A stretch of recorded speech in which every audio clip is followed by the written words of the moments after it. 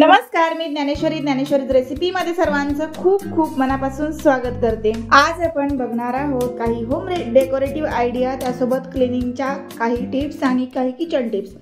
सगळ्या टिप्स अतिशय सोप्या आणि सुटसुटीत अशा सांगितलेल्या आहेत। चला मग व्हिडिओ शेवटपर्यंत नक्की बघा। नवीनच असाल तर चॅनलला सबस्क्राइब नक्की करा।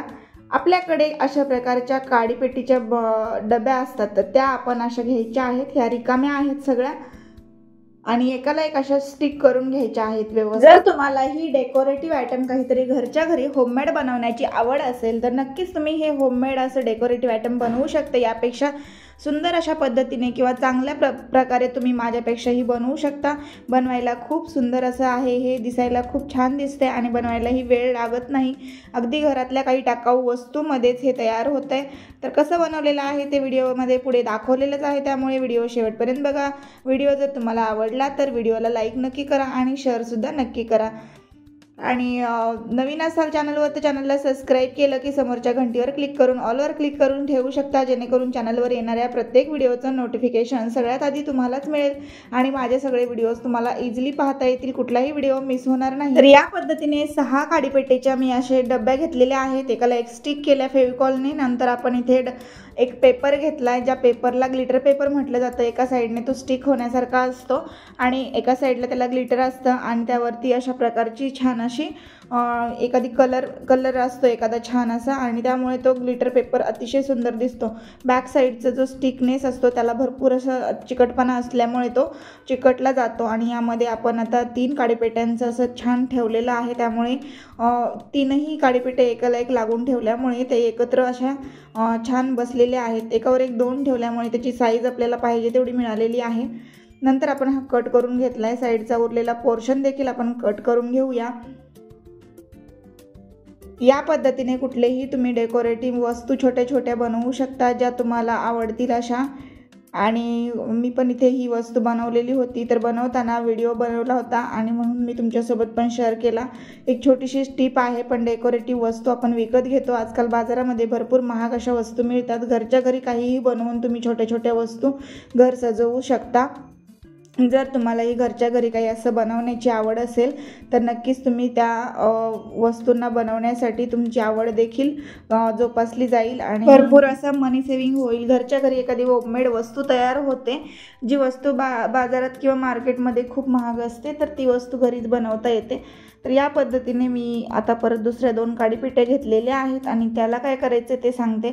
वरतून पुन्हा एकदा स्टिक करायचे आहे। 2 काडीपेट्या एकावर एक ठेवून त्याला असं डबल चिटकवून घ्यायचं आहे। तर हे मी तुम्हाला एक वेळेस करून दाखवते। फक्त सेम असे 2 करून घ्यायचे आहेत आपल्याला,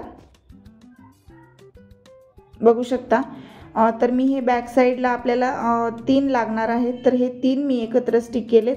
नंतर त्यावरती आपल्याला मगाशी जसं आपण पेपर वापरला होता तसाच हा स्टिक करून घ्यायचा आहे, ग्लिटर पेपर। अशा प्रकारे मी फायनली ही वस्तू तयार करूनच दाखवली तुम्हाला। दिसायला खूप छान दिसते। डबल टेपचा पण मी वापर केलाय मध्ये मध्ये, दोन्ही पार्ट एकत्र जॉईंट करण्यासाठी। तर फायनली आपली ही वस्तू अशा प्रकारे तयार झालेली आहे।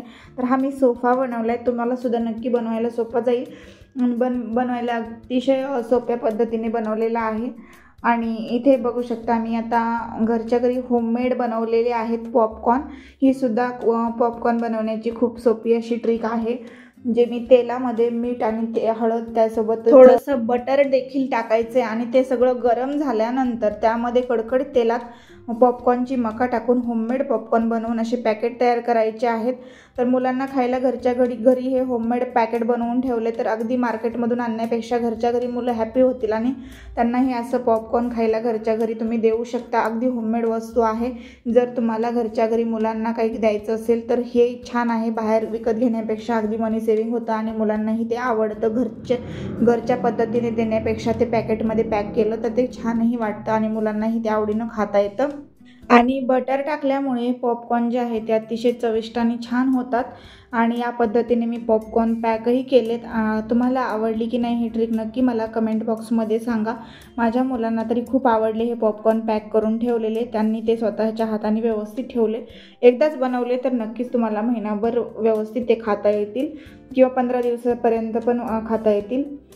बनवायलाही तेवढे सोपे असतात, पण आपण या छोट्या छोट्या ट्रिक्स वापरल्या, किचन टिप्स, की मग आपल्याला त्या गोष्टी खूप करायला सोप्या जातात. मी थोडंसं हार्पिक टाकून असं बाथरूमच्या बाहेरचा जो ब्लॅकनेस झालेला एरिया असतो तो असा घासून घेतला. इझिली असा क्लीन होतो. पाण्याचे क्षारचे डाग पडून बाथरूमच्या अगदी बाहेरून आपल्याला हे असे डाग दिसून येतात. ते पूर्णपणे काढायचे असतील तर आपल्याला वापरायचे थोडंसं हार्पिक आणि त्याला ब्रशने असं घासून घ्यायचे आणि ते घासल्यानंतर सहजरित्या क्लीन होतात. पांढरे शुभ्र अशी फरशी तुम्हाला मिळेल. आणि बघू शकता फायनली मी याला पायपुसणीच्या मदतीने पुसून घेतलं, कारण ही पायपुसणी मला आता धुवायची होती, बाहेरच टाकलेली होती, तर ती अशी धुवून घ्यायची होती, म्हणून मी त्यानेच ही क्लिनिंग केली. आणि पूर्ण बाथरूमच्या बाहेरून, आता हे रेंटेड हाऊस आहे, खूप जास्त क्लिनिंग करायची गरज होती आणि इथे जो एरिया होता हा कोपऱ्यातला तो खूप जास्त ब्लॅकनेस त्यावरती होता. तर मी अगोदरचं शूट घेतलं नाही, पण खूप जास्त ब्लॅकनेस होता आणि इथे ना पाण्याचे क्षारचे डाग पडून काळाकुट्ट थर जमा झालेला होता.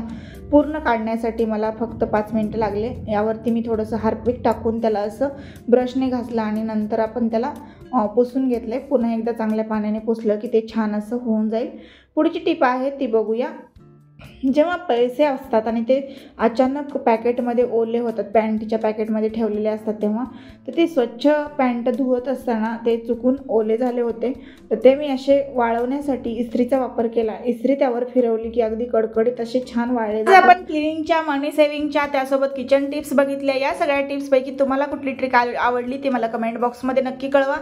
आणि टिप्स आवडल्या असतील तर चॅनलला सबस्क्राईब करून समोरच्या घंटीवर क्लिक करून ठेवा, जेणेकरून चॅनलवर येणाऱ्या प्रत्येक व्हिडिओचं नोटिफिकेशन तुम्हाला मिळत राहील आणि सगळे व्हिडिओज तुम्हाला इझिली पाहता येतील. आणि सगळ्यात महत्त्वाचं म्हणजे व्हिडिओ तुमच्या मित्रपरिवारासोबत शेअर नक्की करा. व्हिडिओ पूर्ण बघितल्यानंतर नवीनच असेल चॅनलवर तर कुठून बघताय व्हिडिओ ते कमेंट बॉक्समध्ये कळवा. चला तर मग पुन्हा भेटू अशाच एका छानशा व्हिडिओसोबत. व्हिडिओ शेवटपर्यंत पाहिल्याबद्दल सर्वांचे मनापासून धन्यवाद.